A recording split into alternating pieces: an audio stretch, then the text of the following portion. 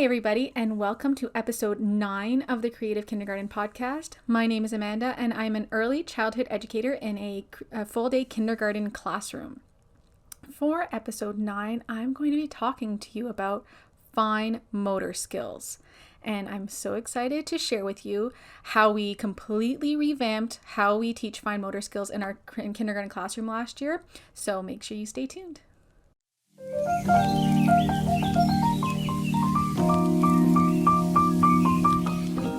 For this episode, I am really excited to be able to talk to you about our fine motor skills and how we address them in our kindergarten classroom. We had a real emphasis on how we teach fine motor skills this past year, and it was kind of a ramping up of how we normally teach fine motor skills in our room. We really wanted to make sure that students knew what fine motor skills were, why they needed to work on their fine motor skills, and know how they can work on their fine motor skills. And let me tell you, not even by the end of the year, throughout the year, if anybody had come into our classroom and asked our students about fine motor skills, or if they were working on fine motor skills, what they were doing, our kids could tell them why, and could tell them how. It was amazing. And I think that is one of the most important aspects of this, is that our students knew they were working on their fine motor skills and they knew why.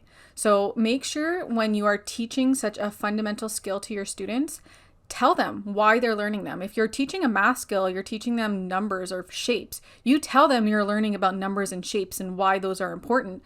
Use that same idea, that same concept, and apply it to all the other skills you're teaching in school. So apply them to their gross motor skills, apply it to fine motor, apply it to whatever skills you're teaching. I think it's a great way to involve students in their learning.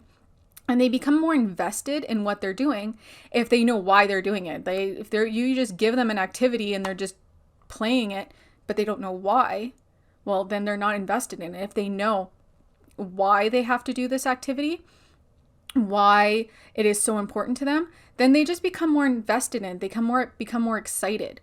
So make sure you just tell them that they're learning fine motor skills and why they're doing it. On that topic, why did we feel like it was such an important skill this past year to really focus in on? Our fine motor skills, just to make sure we're all on the same page, our fine motor skills are those little muscles in your fingers that help you do little tasks. So making sure that students have a proper pencil grip, or they can have scissor skills, or even any of those self-help skills like zipping up their jackets or lacing up their shoes. They all need strong fine motor skills as a base before they're able to continue on for other skills that they need in their life and in the classroom. So fine motor skills are a huge part of our room. And let me tell you a little bit more of how we came to make that such a focus in our classroom. We decided last year to have a table that is open at all times of the day, 5 days a week, was just going to be a fine motor table. So this table had activities on it every week that were just solely focused on working their fine motor skills. Of course, we could incorporate other skills like 2D shapes or literacy skills into that center, but the main focus was always on fine motor skills, and we called it the fine motor table. So even when we were explaining centers to students and we were talking about the different activities they could go to, we would say at the fine motor table, you can go do whatever activity was there for the week. So every week we would put a different activity on this table. We would change it out weekly. We would explain what the activity is on Monday, and then students could visit it throughout the week. And that was one of the most popular centers in our classroom. Students would always want to go to that fine motor table. Another aspect that we added to it was that the table, for whatever reason, was lifted so that it was a standing table. I don't think we made it that way. It was just how it was in our room. I don't know if the custodians changed it out when they were moving our rooms at the beginning of the year or something, but it was a standing table. So we never had any chairs at that table. It was actually a place that students could just go to and stand at. So it was like our sensory bin, where students could go to it, but they didn't necessarily have to sit in a chair, which I think is great. I know there's a big emphasis right now on flexible seating and making sure students can choose the space that they work in. And just naturally in our classroom, that just kind of worked as a standing table. So if students were just sick of sitting, they could go stand at this fine motor table, and that way they could maybe work different parts of their body at the same time that they're working the fine motor skills. So it was just a great way to incorporate a standing table into our room, was with the fine motor table. So every week we would change out the activity, and we would make sure that our students knew that that fine motor table was working on that specific skill. And again, why they were working on those skills, we would make it really excited for them. We would say, hey, why are we working on these fine motor skills? It's because we want to be great writers. We want to be able to zip our zippers. We want to be able to tie our shoes. We would talk about those things just naturally in our classroom. And so if anybody came into the room, administrators, people from the board office, anybody who came into the room, and they would look at this table, and maybe they would just see pom-poms and tweezers, and they'd be wondering what is happening in this classroom, the kids would be able to say, hey, we're working on our fine motor skills here. And that was just a great way to make sure that students were accountable for what they were doing. And also that if anybody else was coming into the room, we were also accountable for what we have going on in our program. I will put a note in there that really nobody checked up on our classroom. We have had great admin in the past that just trust that we know what we're doing in the classroom, and they hardly ever came in to check up on us. Sometimes they came in to talk to us, but they never really came in to check up on us. We just wanted to make sure that in case anybody ever did come in and were wondering what was going on, our kids knew what was going on, and they could verbalize what was happening at that table.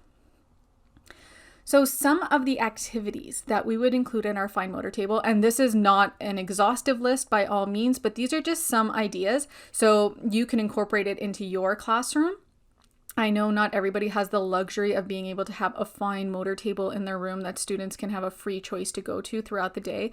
I know that across boards, across the countries, across districts, I always forget what those are called in the States, the districts, that it is vastly different at what you are allowed or not allowed to do in your classroom. So if you are not allowed to just have free choice centers with a fine motor table in one corner of your room, maybe you can incorporate some of these materials that work on fine motor skills into your other centers or other activities that you're doing within your classroom. So again, this is not an exhaustive list, but just some ideas of what you can use in your classroom to work on fine motor skills. So I'm going to read off my list here because I did make one before I started filming this podcast. Tweezers. They sell these big jumbo tweezers. I know at Scholar's Choice or at any of the other places that you can buy school materials. There's also crocodile or alligator tweezers that are also great for this. I've also seen people use tongs from Walmart that have like hands at the end of them. Anything that they have to pinch to grab an object and then that they're able to hold on to that object to move it. Those are great. So tongs, tweezers, whatever you can get to make that pinching action for your students works great to work on their fine motor skills. It really helps develop those little muscles. Threading beads. These could be for patterning, for literacy. They have letter beads. They can be for numbers if you have the number beads.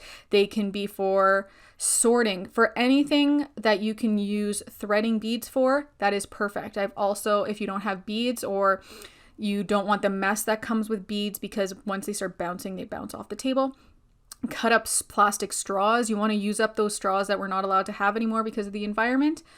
Fantastic. Cut them up, put them in a sensory bin. Students can thread them, cut them up, put them at a table. Students can make themselves some pattern necklaces. Use up those plastic straws.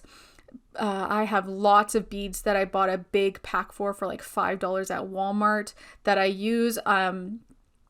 You can give them little Dixie cups, little tiny cups that they can put a few beads in at a time so that they're not reaching across the table out of a big basket of beads, so that they each have their own little cup of beads so they're not flying around everywhere. There's always beads that are going to land on the floor.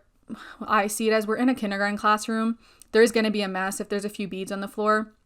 That's fine. At least they make a lot of noise so students know when they fell and they can go pick them up. So threading beads, another great fine motor practice. Cutting. It can be cutting anything. You can give them shapes to cut out. You can give them just paper that they can just cut if they want. I've seen sensory bins that it's just pieces of scrap construction paper. You know, those little pieces that you get when you're doing crafts and things throughout the year and you don't know what to do with all these little bits of construction paper. throw them all into a sensory bin and put a couple pairs of scissors in there and just let the kids cut up the construction paper. They love it. Then it can be confetti or something. You can do so much with just the scrap construction paper and a pair of scissors. Also, when we do crafts, we don't ever really pre-cut anything for them. Sometimes we do if there's a very specific craft we want to make for like Mother's Day or Father's Day, but most of the time we just give them the template and let them cut it. If it's not perfect, it's about the process, not the product, and they're learning some really great skills when they're cutting out their own things for crafts or for anything really. Another big one that we incorporate daily, weekly into our classroom is Play-Doh. Again, it can be messy and it can be expensive. Ask parents to donate Play-Doh to your classroom. We always do it when we do Meet the Teacher Night. We always have a wish list for parents and we always ask for lots and lots of Play-Doh. This is one of those things that just is constantly incorporated into our classroom. You can make your own Play-Doh. You can buy Play-Doh. Whatever you need to do, get Play-Doh in your classroom, and it can be messy. Just make sure you're teaching your expectations to your students before you start using Play-Doh. But Play-Doh is such a great tool for building fine motor skills. Those pinching, rolling, all those little tiny movements that they do with their fingers really help grow their fine motor skills. And if you are in a classroom where your district or your admin doesn't want you doing those play centers, I put those in air quotes if you can't see me because you're listening to the podcast, just use Play-Doh. You can get literacy mats, math mats, any kind of mats that students can work on. So they're still working on those core math and literacy skills that your districts and admins want to see, but you're also incorporating some Play-Doh into the mix and really making sure you're hitting those fine motor skills at the same time. Another great tool that's really inexpensive to use are clothespins. So the same thing as using tweezers, they have to pinch and grab something with the clothespins. Those are great for building on fine motor skills. We've used them with pom-poms. I've also used them. You can get clip cards. There's lots of different kinds of clip cards on Teachers Pay Teachers. You can use them with popsicle sticks. Anything that they have to pinch and grab with those clothespins, super inexpensive to get because you can get them at the dollar store. And I think they come in packs of like 50 for $1. Just get a whole bunch of clothespins, and kids would also surprise you if you just put clothespins and those thicker popsicle sticks together, what they can build with it. That can be also just great for STEM. Clothespins also break a lot. They kind of pop off together. Students, I just make sure they come and give them to me because those little spring things in the middle of them can be sharp. I usually am able to just pop them back together, but if you do not have time to do that, again, they're super cheap. Just throw them out. Let the kids play. Things will break. Things will fall apart in kindergarten. That's just the name of the game. So we just don't worry about it. And as long as our students know the expectations and they're following them, even if things break, we don't really care. We just let them continue playing and we just move along. Another great manipulative to have in your classroom to work on fine motor skills are plastic links. They come in all kinds of colors. They're just these little links that you can put together and they form chains. Again, you can use them to incorporate them into your math centers with patterning skills, sorting skills, whatever skills you want to work on, counting skills. You can get, what you can do is you can get a piece of construction paper or cardstock, put a number on it and hole punch the bottom of it. And then if it's like the number 3, they have to put 3 plastic links through the hole punch. And then you can do all kinds of math games with that. It's just such a great manipulative to have in your classroom. And those plastic links are just fantastic for those little tiny fine motor muscles and manipulation that they have to do to get them together. Again, a great one to incorporate in your math and literacy centers. Another one, hole punching. Our kids love this. For some reason, a hole puncher to them is just out of this world amazing tool that they get to use. We just let them hole punch. I don't know why they love it so much. They just are drawn to using a hole punch, and those things are sometimes really hard to squeeze to make the hole through the paper. So those things take a lot of muscle to do, and they are so great for working on those fine motor skills. I think, again, you can get those at the dollar store. They don't always hold up the best, so don't invest in a super expensive one to give to your students. Just get the cheap ones at the dollar store.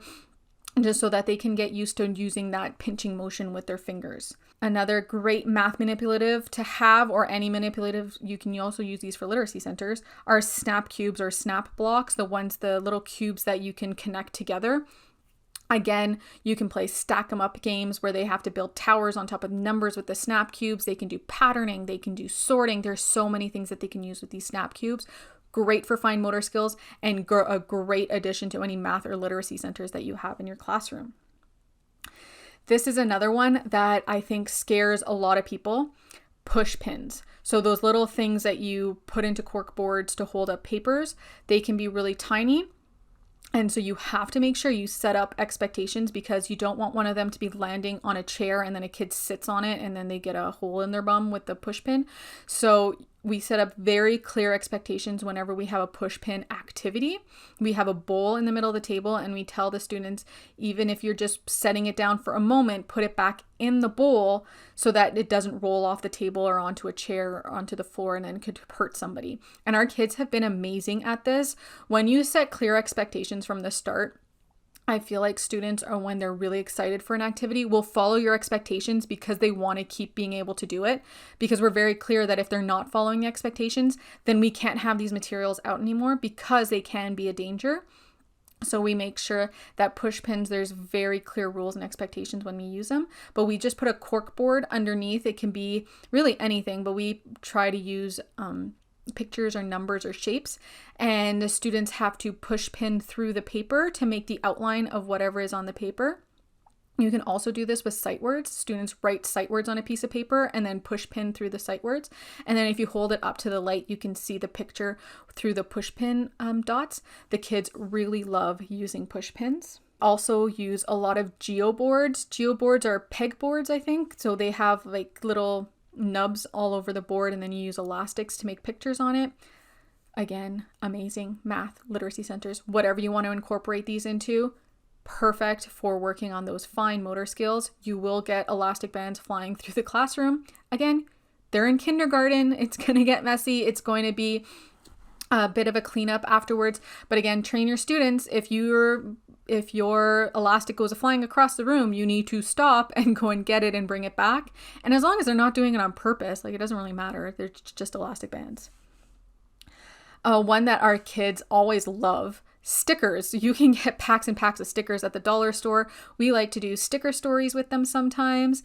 Stickers are just a great fun activity. They have to pinch and pull it off of the sticker sheet and then stick it somewhere. Stickers are great. You can get the little dot ones. They're little teeny tiny dots. Write a number on a piece of paper and then use the little dots, and they have to try to get that many number of dots off of there and stick it to the number. Whatever you can do, those little sticker things, amazing. And the last one I have for you for today are bingo dabbers. Those are just great for working on that pencil grip, making sure that they're holding onto the bingo dabbers. There's billions of activity ideas for bingo dabbers you can find on Teachers Pay Teachers. They're just a great tool to have in your classroom. I will say that in our school, bingo dabbers that are from the dollar store are not allowed. They've actually been confiscated out of our classrooms by our health and safety team because they are not non-toxic. So I don't know if they are toxic, but it doesn't say non-toxic on them apparently. So we have to get the ones that are a little bit more expensive, the ones that are non-toxic for our classroom. I've never had a kid eat a bingo dabber, but maybe if you have a classroom that's a little bit needs a little bit more help with things like that, you might want to stay away from bingo dabbers that are from the dollar store just in case. That's just a side note. I love using bingo dabbers. They can, again, be messy, but usually they're just washable and you can just wash the table and they're fine. And if you do invest in a little bit more of an expensive set of bingo dabbers, like from Scholar's Choice, I don't know if they have them on Amazon, but if you do invest in a little bit more of an expensive set of bingo dabbers, they last forever. As long as the kids are good or you're good at putting the caps back on. I don't think I've ever had a bingo dabber like run out of ink. And we've had them for years. So even if you spend a little bit more money on bingo dabbers, you do get to use them for a long time. And that's another thing that you can add to your wish list at the beginning of the year, asking parents to buy bingo dabbers. If you want to make sure it's the non-toxic ones, just put a brand on there so parents don't go to the dollar store and just get you like 20 toxic bingo dabbers. So yeah. That is all the list that I have for you today. One of the things that I will mention here in my store, I do have a year-long fine motor activity pack. So I think there is 40 activities in there that are just easy for you to set up for your classroom. And we use it throughout the year. We do put that out at our fine motor table. And it's just a great way to work on fine motor skills throughout the year without really having to think about it. And so that is in my Teachers Pay Teacher store. I will throw a link to it down in the, what is that called? Show notes. I will throw a link down of that on in the show notes for you if you want to take a look at it. And I also think I have a blog post about fine motor skills. I'll link everything down below so that you guys can check that out for yourselves. And I think that is it for me today. That is all I have for you about fine motor skills. I didn't actually think this was going to be that long, but once I started talking about all the different materials that we used, I guess I did have a lot to say because it is such an important aspect of our classroom. And we just put a real focus on it this year. And I will be honest with you, it made such a huge difference. I was saying it throughout the school year. I was saying that I cannot believe how good our students were at cutting, how much their name writing, their letters and numbers had improved.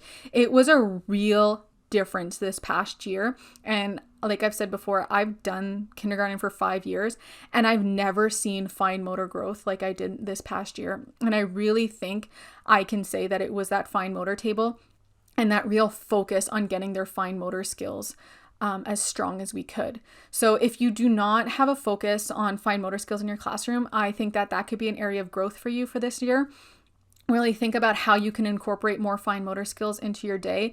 This is the age where those fine motor skills need to develop so that they can get all those self-help skills that they need. And so think about where you can add those materials and those activities into your day. Now I want to hear from you guys. How do you incorporate fine motor skills in your classroom? Reach out to me. I can be found in a number of different ways. On Instagram, I have a really long Instagram handle, but I will make sure it's in the show notes so you can just take a look at it from there. But on Instagram, I'm at Creative Kindergarten Blog on TPT. You can also find me on Facebook as Creative Kindergarten. I also have a blog, creativekindergartenblog.com, and I have a newsletter that is attached to my email that if you sign up for my newsletter, again in the show notes, if you sign up for my newsletter, you can just hit reply on any of my emails and it comes straight to my inbox and I can just chat with you straight from there. So tell me, how do you incorporate fine motor skills into your classroom? What materials are your favorites? Do you have any that I didn't even mention? Let me know. And next week is going to be episode 10 of my podcast. I am so excited for this next episode. I can't believe I'm already at episode 10 and I'm going to be talking to you guys about getting your students writing. How can you start? It can be such a big task at the beginning of the school year when these kids come in and they can't even write their names. How do you get them to be writers? I'm going to be talking to you about that process next week on episode 10 of this podcast. Thank you so much for joining me, and I hope I'll get to see you guys again next week.